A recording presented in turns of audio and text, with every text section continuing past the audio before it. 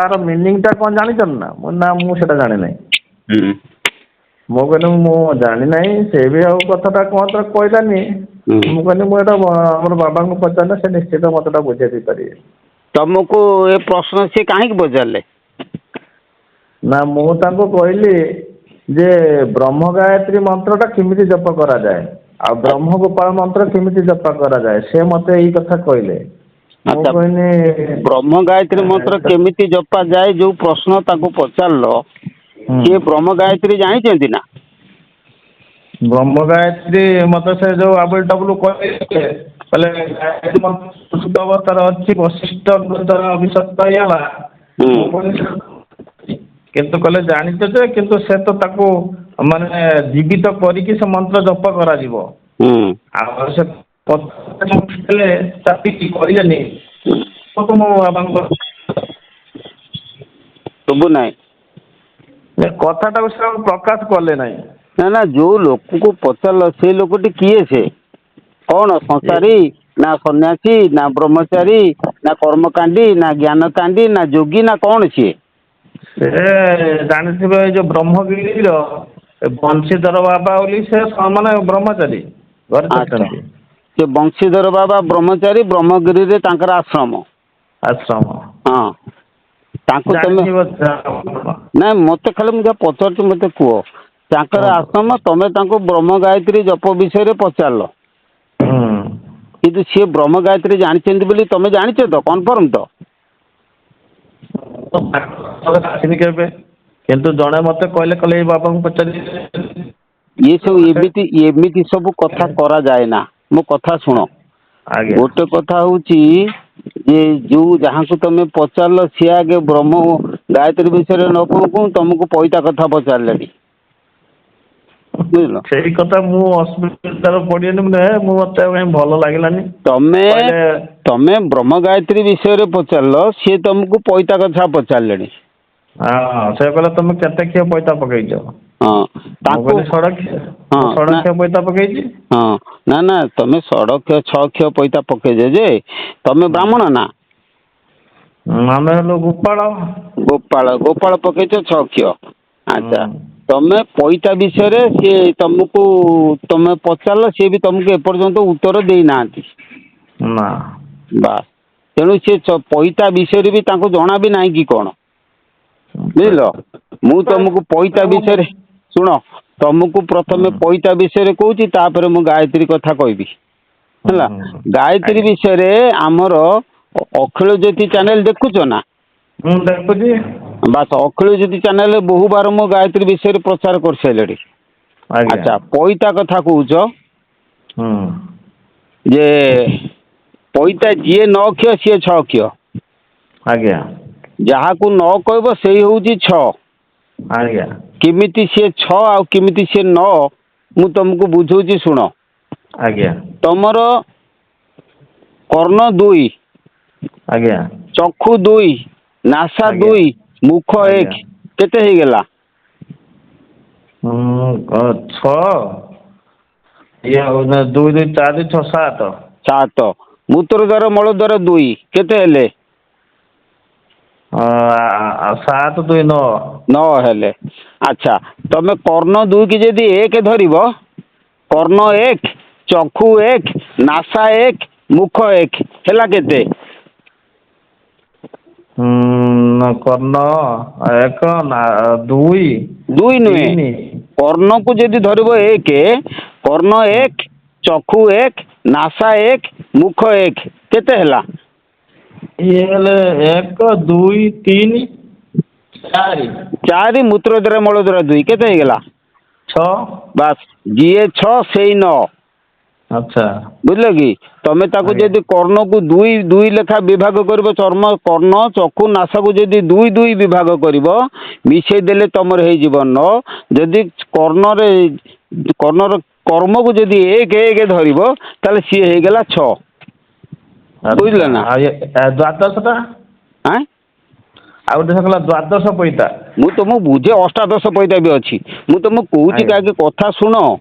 ତେଣୁ ହୁଁ ପଇତାଟା ସିଧାସଳଖ ହଉଛି 9 ଗୁଣ।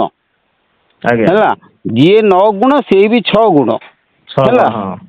ତେଣୁ ଏଇ ଯୋଉ ପଇତା ବୋଇଲେ ବୋଇଲେ କଣ ପଇତା ମାନେ କଣ ଉପବିତ ମାନେ କଣ ଉପବିତ ମାନେ ତ ପଇତା ନା ଆଜ୍ଞା ତେଣୁ ଉପବିତ କହିଲେ ଯଜ୍ଞୋପବିତ ଆଜ୍ଞା ହେଲା ଯଜ୍ଞରେ ତମର ଯୋଉ ଉପବିତ ପଡିବ ତାକୁ ଯଜ୍ଞ ଉପବିତ କୁହନ୍ତି ପଇତାକୁ ଯଜ୍ଞ ଉପବିତ କହନ୍ତି ହେଲା ଆଜ୍ଞା ଆଜ୍ଞା ଯଜ୍ଞ ଚାଲିଛି କୋଉଠି କଣ ବୁଝିପାରୁଛୁ କି ଅନାହାତରେ ଅନାହାତରୁ ନେଇ ନାଭିରେ ଚାଲିଛି ଯଜ୍ଞ ବୁଝିଲେ ନାଭି କୁଣ୍ଡରେ ଯଜ୍ଞ ଚାଲିଛି ତେଣୁ ତମର ନବଗୁଣ ପବିତାଙ୍କ କେଉଁଠାରେ ଘର ପ୍ରତି ଗୋଟି କାହିଁ ପଡେ କହମ୍ବି ପ୍ରବର ନଅ ଗୁଣ ପବିତାଙ୍କର ତାଙ୍କର ଗଣ୍ଠି ହଉଛି ଗୁଣା ନାଭି ନାଭି ହଁ ବୁଝିଲେ ଗାୟତ୍ରୀ ସାବିତ୍ରୀ ହଉଛି ନାଭିରେ ରହିଛନ୍ତି ତାଙ୍କର ଗଣ୍ଠି ରହିଲା ନାଭି ତେଣୁ ସିଏ କଣ କଲା ନା ନାଭିରୁ ତଳୁକୁ ମେରୁଦଣ୍ଡ ଦେଇକି ବୁଲି ଆସେ ତ୍ରିକୁଟରୁ ପୁଣି ନାଭି ପାଖକୁ ପଳେଇ ଆସେ ସିଏ ହଉଛି ଗୋଟେ ପଇତା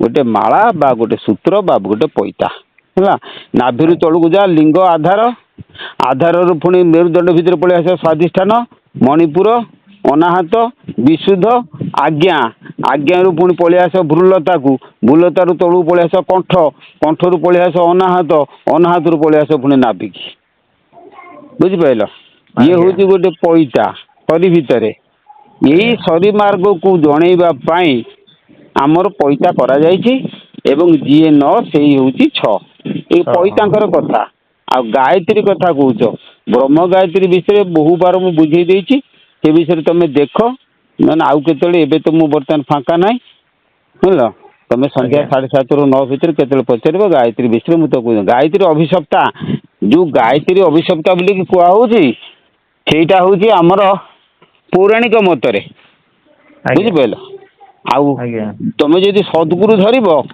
ଗାୟତ୍ରୀ ତମକୁ ସଦ୍ଗୁରୁ ତମକୁ ଗାୟତ୍ରୀ ରୁ ଅଭିଶପ୍ତରୁ ମୁକ୍ତ କରିକି ଶିଷ୍ୟମାନଙ୍କୁ ସେ ପ୍ରଦାନ କରନ୍ତି ତେଣୁ ସେଠି ଆଉ ତାଙ୍କୁ ପବିତ୍ର କରାଯାଏ ନା ବୁଝିଲ ବା ତାଙ୍କୁ ମୁକ୍ତ କରାଯାଏ ନା ସ୍ୱତନ୍ତ୍ର ସେ ଜାଗ୍ରତ କରିକି ଦେଇଥାନ୍ତି ଦ୍ୱିତୀୟ ନାଇଁ କଥା ମୁଁ କହୁଛି ତାଙ୍କୁ ଗୋଟେ ପ୍ରଶ୍ନ ଉତ୍ତର କଲି ମାନେ ଆମେ କେମିତି ଗାୟତ୍ରୀ କି ଆମର ସୁସୁପ୍ତକୁ ଅଣାଯିବ ଗୋଟେ ବ୍ରହ୍ମ ଗାୟତ୍ରୀ ପାଠ ମୁଁ ତାଙ୍କୁ କଲି ମୁଁ କହିଲି ବ୍ରହ୍ମ ଗାୟତ୍ରୀ ମନ୍ତ୍ରସ୍ୟ ପ୍ରଜାପତି ଋଷି ଗାୟତ୍ରୀ ଛନ୍ଦ ବ୍ରହ୍ମ ବୀଜଂ ଶକ୍ତି ବ୍ରହ୍ମ ଗାୟତ୍ରୀ ଜପ କର୍ମଣେ ମମ ଆତ୍ମା ତନ ମନ ଜୀବନ ଚୈତନ୍ୟ ଶୋଧାର୍ଥେ ପ୍ରଣବ ବ୍ୟାହୁତି ଯଜ୍ଞ ଆରମ୍ଭ ବିନିଜ ଓଂ ଭୂ ଓଂ ଭୁବ ଓଂ ସୁଃ ଓଂ ମହ ଓଂ ଜନ ଓଂ ତପ ओं सत्यम ओं तत्सवितु वरानं भर्गो देवस्य धीमहि धियो यो नः प्रचोदयात् त्वं आप ज्योतिरस अमृतं ब्रह्म भूर्भुवस्वरं सोहं हंस ମୁଁ ଏଇ ମନ୍ତ୍ରଟା ଜପ କଲି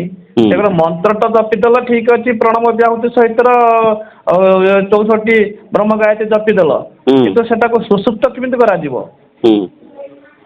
ମୁଁ କହିଲି ଏଇଟା ସୁସୁପ୍ତ ତ ନା ଜାଗ୍ରତ ସୁସୁପ୍ତ ସେଇ ଜାଗ୍ରତ ଆଉ ହଁ ସୁସୁପ୍ତ ମାନେ ତ ସୁପ୍ତ ସେଟା ଜାଗ୍ରତ ସୁପ୍ତ କେମିତି କରାଯିବ ହଁ ସେ କହିଲେ ଯେ ସୁପ୍ତ ଅବସ୍ଥାରେ ତ ଗାୟତ୍ରୀ ମନ୍ତ୍ର ଅଛି ତାକୁ ଜାଗ୍ରତ କରିବାକୁ ପଡ଼ିବ ସେ ଜାଗ୍ରତ ଆଉ କେବଳ ସଦ୍ଗୁରୁ କରେଇଦେବେ ମୁଁ କହିଲି ଜାଗ୍ରତ କଥା ଯଦି କହିଲ କହୁନ ସେ ଆଉ କହିଲେନି ନ କହନ୍ତୁ ମୁଁ ଆମର ଇଏ ବ୍ରହ୍ମଚାରୀ ଇଏ ଆମର ବାବାଙ୍କୁ ପଚାରିଲେ କହିଦେବେ ଆଉ ଶୁଣ ଗାୟତ୍ରୀ ହଉଛି ହୁଁ 4 ଭାଗରେ ବିଭକ୍ତ ହେଲା ଆଜ୍ଞା ଗୋଟେ ଆଜ୍ଞା ମନ୍ତ୍ର ଗୋଟେ ଯନ୍ତ୍ର ଗୋଟେ ତତ୍ତ୍ୱ ଗୋଟେ ସୂତ୍ର ଆଜ୍ଞା ବୁଝିଲ କି ତମେ ଯୋଉଟା ଆଜ୍ଞା ମନ୍ତ୍ର ଗାୟତ୍ରୀ କହିଲ ତାର ଯନ୍ତ୍ର ଗାୟତ୍ରୀ ଅଛି ତତ୍ତ୍ୱ ଗାୟତ୍ରୀ ଅଛି ସୂତ୍ର ଗାୟତ୍ରୀ ଅଛି ଏ 4 ଆଜ୍ଞା ମାର୍ଗରେ ଗାୟତ୍ରୀ ବୁଝି ସାରିଲା ପରେ ଆମେ ସର୍ବାଙ୍ଗରେ ଗାୟତ୍ରୀ ଟା କଣ ଆମେ ବୁଝିଯିବା ହେଲା ହଁ ତମେ ଯୋଉଟା କି ଯୋଉ ଦେହ ଭିତରେ ଯୋଉ ଗାୟତ୍ରୀ ଅଛନ୍ତି ସେଇଟାକୁ ଆମର ଦରକାର ହଁ ବାସ୍ ତେଣୁ ଗାୟତ୍ରୀ ହଉଛି କଣ ତମେ ଯୋଉଟା କହିଲେ ସେଇଟା ଚତୁଷ୍ପଦା ଆଜ୍ଞା ଚତୁଷ୍ପଦା ତାପରେ ତ୍ରିପଦାରୁ ହେଲା ଚତୁଷ୍ପଦା ତମେ ଚତୁର୍ଭୁଜ ପାଦ ଆମକୁ ପାଦ କଣ ଜାଣିବା ପାଇଁ ପଡିବ ଗାୟତ୍ରୀ କେମିତି ସେ ଆମେ ସରି ଭିତରୁ ଯୋଉଟାକ ତାଙ୍କର ପାଦ କରୁଛନ୍ତି ସିଦ୍ଧିରସ୍ତୁ ହଁ ରୁକ୍ ଯଜୁ ସାମ ଅଥର୍ବ 4 ବେଦ 4 ପାଦ ତାଙ୍କର ଶୁଣ ତମେ ଯୋଉ ପଣ୍ଡିତିଆ କଥା କହୁଛ ସେ ବିଷୟରେ ମତେ କିଛି ଜଣା ନାହିଁ ତମେ ଏଖଣ ମାଡି ବସୁଛ ମୁଁ କଥା କହୁ ତମେ ଗୁରୁ କରିଛ ନା ଗୁରୁ ତ କରିଛି କିନ୍ତୁ ଆପଣଙ୍କୁ ତ ଦ୍ୱିତୀୟ ଗୁରୁ ନା କରୁଛି ମୁଁ ଭାବୁଛି ତମେ ଗୁରୁ କରିନା କାହିଁକିନା ଗୁରୁ କରିଥିଲେ ଜଣେ ସାଧୁ ଯୋଉ ଉତ୍ତର ଦଉଛନ୍ତି ତାପରେ ମାଡି ବସିକି 3 ଥର କହିସାରିଲଣି ତମେ ମୋ ପ୍ରଶ୍ନର ନାଇଁ ନା ଉତ୍ତର ବି ମୁଁ ଦେଇପାରୁନି ସେଇଟା ଆପଣଙ୍କୁ ଟିକେ ଜଣେଇଲି ହିଂସଟା ନା ମୁଁ ଭାବୁଛି ତମର ପାଣ୍ଡିତ୍ୟ ଜ୍ଞାନ ଉପରେ ବହୁତ ଅଛି ଶାସ୍ତ୍ରୀୟ ପାଣ୍ଡିତ କିନ୍ତୁ ସେଗୁଡାକ ସବୁ ଛାଡ ଯଦି ତମେ ତତ୍ତ୍ୱଜ୍ଞାନ ବିଷୟରେ ଜାଣିବ ତାହେଲେ ଏଠିକି ଆସ ମୁଁ ସେ ବିଷୟରେ ସବୁ ବତେଇଦେବି ବୁଝିଲ। ନିଶ୍ଚିତ ଯିବି ଆଉ। ହଁ ଏଇ ପାଣ୍ଡିତ୍ୟ ଗାଇଲେ ବାଇଲେ କହିଲେ କି ହବ, ଅନୁଭବ କଲେ ପାଇ ଜୀବର ଗତିରେ ମୂଳ ଅନୁଭବ, ଗୁରୁ ବିନା ଗତି ନାହିଁ। ବୁଝିଲେ କି?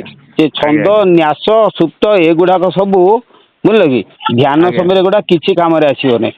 ବୁଝିପାରିଲ? ଆଜ୍ଞା ହଁ ଆଜ୍ଞା ଆଜ୍ଞା ଖାଲି ଚେତନାରେ ରଖିଲେ ସବୁ ହବ ହେଲା। ହଉ ଆସ, ଆଜ୍ଞା ମୁଁ ସେ ବିଷୟରେ ସବୁ କହିଦେବି, କିଛି ମନା ନାହିଁ। ନିଶ୍ଚିତ ଯିବି ନିଶ୍ଚିତ ହେଲା। ହଉ ହଉ ହଉ। ଆଜ୍ଞା ରହୁଛି ଆଜ୍ଞା।